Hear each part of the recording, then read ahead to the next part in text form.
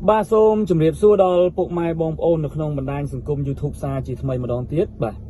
ba ngày ní nhom tranh được video mối tiết sầmรับchạy đồng đầy đo bộ mai bom ôn cứ video ngày ní cứ nhom prap bị được biệp bọt đam hay là bọt swing đầm bay thở tam stang đà rồi có bọt dạng mấy ở thở tam chớp bát hai bọt dạng mấy ở xì phơi tịch trong video ní nhom đừng sầm rai lồng ắt ở bom ôn căn để dối video muốn nhom thua video tiện tương mùi ca bọt swing bọt đam khla hỏi bàn tay nó video ní nhom lồng ắt ở chớp bát thả bọt dạng mấy đầm bay ở thở tam chớp bátហើយយើងបត់យ៉ាងម៉េចឲ្យស៊ីផ្លូវតិចយើងត្រូវបដិញ្ញកោបែបម៉េចយើងត្រូវស្មានក្បាលឡានបែបម៉េចបាទយើងត្រូវបំប៉ោងឬក៏ទៅស៊ីលប្រកាន់ស្ដាំប្រកាន់អីចឹងទៅបាទអញ្ចឹងដើម្បីចង់ដឹងថាវីដេអូនេះយ៉ាងម៉េចមានតិចនិចយ៉ាងម៉េចខ្លះបងប្អូនសូមតាមដាននៅវីដេអូនេះអរគ្នា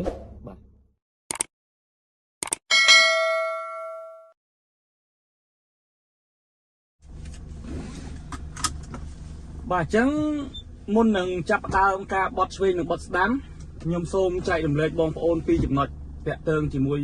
ការបត់ស្ដាំនិងបត់ឆ្វេងអញ្ចឹងមុននឹងបត់បងប្អូនត្រូវតែយល់ច្បាប់សិនថាប្រទេសយើងគឺជាប្រទេសដែលប្រកាន់ស្ដាំកាលណាប្រទេសដែលប្រកាន់ស្ដាំគឺបងប្អូនព្យាយាមបត់យ៉ាងម៉េចទាំងបត់ស្ដាំក៏ដោយទាំងបត់ឆ្វេងក៏ដោយបងប្អូនត្រូវព្យាយាមប្រកាន់ស្ដាំត្រូវកេងប្រកាន់ស្ដាំយើងដើម្បីឲ្យត្រូវតាមច្បាប់បើសិនជាផ្លូវខាងយើងជិះកើតទៅតែព្យាយាមជិះប្រកាន់ស្ដាំតែបើករណីផ្លូវយើងតូចផ្លូវយើងចង្អៀតជាកើតចាំបំពេញចូលផ្លូវគេតិចតួចម្ដងកាលចឹងទៅបាទឥឡូវមុននឹងចាប់ដើមឥឡូវខ្ញុំចាប់ដើមបត់ស្ដាំមួយមុនសម្រាប់ការបត់ស្ដាំដើម្បីឲ្យត្រូវតាមស្តង់ដារហើយនឹងត្រូវតាមច្បាប់ហើយនឹងរៀនស៊ីផ្លូវតិច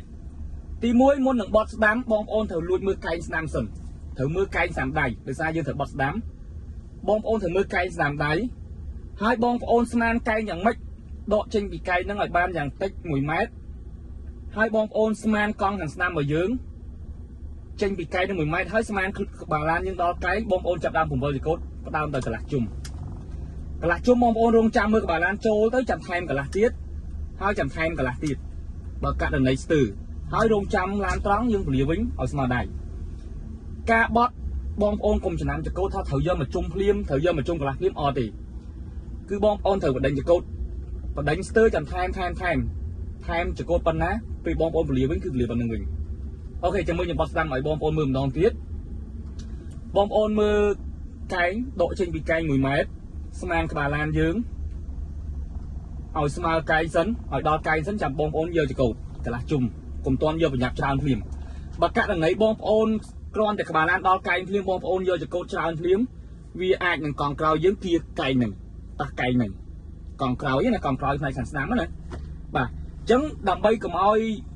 ការពារប៉ះការពារឡើងការពារគៀខឿនទី1បងប្អូនត្រូវលួចចេញពីកែងហ្នឹងឲ្យបាន1ម៉ែត្រលួចចេញគម្លាតណាគម្លាតពីកែងហ្នឹងមកឡានយើង1ម៉ែត្របន្ទាប់មកទៀតបងប្អូនស្មានក្បាលឡានយើងខាងមុខហ្នឹង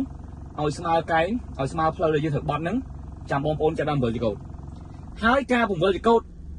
มันអាចបង្វិលភ្លាមត្រូវយកចង្កូតមួយជុំកន្លះអីភ្លាមទេ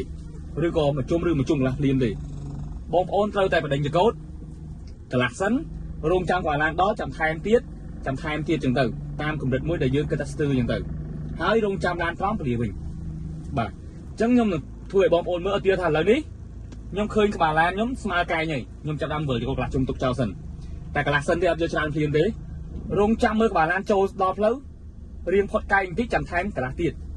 យើងមើលក្បាលឡានថែមទៀតបើសិនជាវាស្ទើរយើងថែមកន្លះទៀតតែបើផ្លូវខ្លះរៀងអត់សូវកែងខ្លាំងទេយើងធ្វើតែមួយជុំហ្នឹងក៏វាគ្រាន់ដែរបាទរងចាំឡានត្រង់ពលាចង្កូតត្រង់ហើយបាទអញ្ចឹងបងប្អូនត្រូវចំណាំចង្កូតពំវិលបត់ប៉ុណ្ណាបងប្អូនគ្រាន់តែពលាប៉ុណ្្នឹងវិញទៅបាទអូខេអាហ្នឹងគឺការបត់ស្ដាំអូខេអញ្ចឹងបត់ស្ដាំគឺប៉ុណ្្នឹងខ្ញុំនឹងធ្វើឲ្យបងប្អូនមើលបត់ស្ដាំម្ដងទៀតតោះអញ្ចឹងមុននឹងបត់បងប្អូនកន្លែងមើលឆ្វេងមើលស្ដាំសិនមកការពីមានឧបសគ្គបន្ទាប់មកទៀតបងប្អូនផ្ដោតលើកែងជាពិសេសផ្ដោតលើកែងខ្លាំងជាងគេដោយសារកែងហ្នឹងយើងអាចឡើងខឿនមានកម្រើបលូមានលូអញ្ចឹងទៅអញ្ចឹងដើម្បីត្រូវច្បាប់ទី1បងប្អូនត្រូវទៅសៀលប្រកាន់ស្ដាំណាហើយដើម្បីពេលយើងបត់ស្ដាំគៀកស្ដាំអញ្ចឹងទៅយើងអត់សូវស៊ីផ្លូវធំទេបាទអញ្ចឹងទី1ដកចេញកែង1ម៉ែត្រក្បាលឡានស្មើកែងបងប្អូនយកកន្លះជុំសិនរងចាំមើលក្បាលឡានចូលដល់បន្តិចចាំថែមកន្លះទៀតមើលស្ទើរថែមកន្លះទៀតកន្លះ3ដងស្មើនឹងជុំកន្លះ ពេលដែលឡានចិត្តត្រង់ឬក៏ឡានត្រង់ពលាមកជុំកន្លែងនឹងវិញបាទអញ្ចឹងក្បួនបត់ស្ដាំគឺមានតែប៉ុណ្្នឹងបាទអញ្ចឹងបងប្អូនអាចធ្វើបត់ពីម្ដងយ៉ាងទៅមួយទៀតតាក់ទងជាមួយការបត់ឆ្វេងវិញសម្រាប់ការបត់ឆ្វេងខុសពីបត់ស្ដាំដោយសារបត់ស្ដាំយើងប្រកាន់ស្ដាំយើងទៅសៀលគៀកកែងប្រកាន់ស្ដាំតែបើបត់ឆ្វេងវិញបើបត់ឆ្វេងបងប្អូនត្រូវតែបំប៉ោងទៅលើស្ដាំយើងឧទាហរណ៍ថាយើងត្រូវបត់ឆ្វេងខ្ញុំជិះមកចិត្តដល់កណ្ដាលផ្លូវបត់ចាំខ្ញុំយកចង្កូតបន្តិចអត់យកចង្កូតច្រើនដូចគ្នាយកចង្កូតតែទីងទួយប្រឆិតទីងទួយទៅរងចាំក្បាលឡានចូលដល់ផ្លូវខាងយើងចាំបងប្អូនធ្វើការថែមចង្កូតមួយជុំជាងនេះមកឡានត្រង់ពលាចង្កូតត្រង់នេះគ្នាបាទអាហ្នឹងគឺការបត់ឆ្វេងអូខេអញ្ចឹងបត់ឆ្វេងខ្ញុំបញ្យល់បងប្អូនម្ដងទៀតអញ្ចឹងបត់ឆ្វេងដើម្បីឲ្យត្រូវស្តង់ដាគឺបងប្អូនជិះទៅឲ្យជិតដល់ផ្លូវបត់សិនឲ្យជិតដល់កណ្ដាលផ្លូវបត់សិនឲ្យក្បាលឡានស្មើផ្លូវកែងសិនបាទឲ្យដល់ផ្លូវកែងផ្លូវបត់ហ្នឹងសិនណាប៉ុន្តែយើងអាចមកឆ្វេងដៃប៉ុន្តែអត់ឆ្លងបន្ទាត់គេបងប្អូនផ្ដោតយ៉ាងម៉េចរៀនបត់យ៉ាងម៉េចបំប៉ោងទៅលើខាងស្ដាំយើងបានថាប្រទេសយើងប្រកាន់ស្ដាំបើបត់ស្ដាំបងប្អូនសរសៀលគៀកកែងប្រកាន់ស្ដាំបើបត់ឆ្វេងបងប្អូនបំប៉ោងក្បាលឡានទៅលើស្ដាំឧទាហរណ៍ថាខ្ញុំជិះមកក្បាលឡានដល់ផ្លូវកែងបងប្អូនយកចង្កូតទីងទួចសិនទៅអត់ដល់កន្លះជុំពេកឬក៏កន្លះជុំរងចាំបងប្អូនរងចាំមើលក្បាលឡានចូលដល់ផ្លូវយើងចាំបងប្អូនធ្វើការថែមចង្កូតមួយជុំឬមួយជុំជាងអាស្រ័យលើរៀងផ្លូវហើយឡានត្រង់ខាងយើងពលាវិញបងប្អូនបត់យ៉ាងម៉េចបំប៉ោងយ៉ាងម៉េចដើម្បីកុំឲ្យចូលផ្លូវគេបើករណីផ្លូវយើងជិះកើតអាហ្នឹងដើម្បីឲ្យត្រូវតាមច្បាប់ណាបើន័យថាពេលដែលយើងបត់ឆ្វេងយើងបំប៉ោងប្រឆិតអត់ត្រង់ពេកទេមិនកែងហ្មងទេប្រឆិតបើករណីមានឡានគេមកទល់មុខគ្នាគេបត់ឆ្វេងដែរយើងប្រឆិតបែបកោងទៅឆ្វេងគេប្រឆិតបែបកោងមកឆ្វេងដែរអញ្ចឹងគេក៏បត់បានយើងក៏បត់បានអាហ្នឹងដើម្បីត្រូវច្បាប់ហើយចំណេញពេលវេលាអូខេឧទាហរណ៍ម្ដងទៀតខ្ញុំត្រូវការបត់ឆ្វេងខ្ញុំប្រឆិតមកបាទឃើញក្បាលឡានដល់កែងប្រឆិតចង្កូតបន្តិចឬក៏លឿនបន្តិចកន្លះជុំអីចឹងទៅបងប្អូនរងចាំមើលក្បាលឡានចូលដល់ផ្លូវខាងយើងហើយចាំធ្វើការថែមមួយជុំឬក៏មួយជុំជាងឡានត្រង់ពលាវិញអញ្ចឹងការប្រើប្រាស់ចង្កូតបងប្អូនបដិញចង្កូតបែបតាមជាក់ស្ដែងរៀនផ្លូវច្រើនយើងបដិញចង្កូតបែបច្រើនចឹងទៅបាទអញ្ចឹងបងប្អូនមើលឲ្យបានច្រើនទៅអូខេឥឡូវខ្ញុំបត់ស្ដាំខ្លះបត់ឆ្វេងខ្លះឲ្យបងប្អូនមើលឥឡូវចាប់ដើមបត់ស្ដាំខ្ញុំវាយសញ្ញោស្ដាំចោលមួយខ្ញុំមើលគេមើលឯមួយផ្លែតខ្លាចមានចរាចរណ៍បន្ទាប់មកទៀតខ្ញុំដកចេញពីកែង1ម៉ែត្រចេញពីគម្លាតឡានយើងស្មានក្បាលឡានស្មើកែងខ្ញុំចាប់តាមយកកន្លះជុំឃើញក្បាលឡានចូលថែមកន្លះទៀតដើម្បីការពារកង់ក្រោយឡើងខឿនពេលដែលយើងឃើញក្បាលឡានចូលជ្រៅហើយថែមឲ្យអស់ចង្កូតរងចាំឡានត្រង់ពលាចង្កូតស្មើដៃវិញបាទអាហ្នឹងគឺជាការបត់ស្ដាំដើម្បីស៊ីផ្លូវតិចគឺយើងត្រូវធ្វើអញ្ចឹងទៅសៀលប្រកាន់ស្ដាំអញ្ចឹងយើងបត់យ៉ាងម៉េចកុំទៅសៀលពេករហូតឡើងខឿនព្រោះយើងខ្លាចកង់ក្រោយឡើងកែងណាបាទឥឡូវខ្ញុំបត់ឆ្វេងអញ្ចឹងបត់ឆ្វេងខ្ញុំគៀកមកកណ្ដាលបន្តិចប៉ុន្តែអត់ឆ្លងបន្ទាត់កណ្ដាលទេរងចាំមើលក្បាលឡានស្មើផ្លូវសិនស្មើកែងផ្លូវចិត្តចូលដល់ផ្លូវចាំខ្ញុំប្រឆិតចង្កូតប្រឆិតចេញបរៀងចេញរៀងកន្លះជុំអីចឹងមករងចាំក្បាលឡានដល់ផ្លូវខ្ញុំចូលដល់ផ្លូវខាងខ្ញុំពលាវិញថែមទៀតរងចាំឡានត្រង់ពលាវិញអូខេអាហ្នឹងគឺការបត់ឆ្វេងហើយនឹងបត់ស្ដាំដើម្បីឲ្យត្រូវតាមស្តង់ដារត្រូវតាមច្បាប់ហើយនឹងរៀនស៊ីផ្លូវតិចបាទអញ្ចឹងយើងបត់យ៉ាងម៉េចត្រូវច្បាប់ព្រោះការបត់យើងមានគេបត់ដែរបាទអញ្ចឹងខ្ញុំបត់ឆ្វេងម្ដងទៀតខ្ញុំនឹងបត់ឆ្វេងបត់ស្ដាំឲ្យបងប្អូនមើលច្រើនដើម្បីបងប្អូនកាន់តែច្បាស់អូខេកាលណាខ្ញុំបត់ឆ្វេងខ្ញុំផ្ដោតលើការបំប៉ោងបើបងប្អូនបត់ស្ដាំបងប្អូនផ្ដោតលើការទៅសៀលប្រកាន់ស្ដាំកុំឲ្យឡើងកែង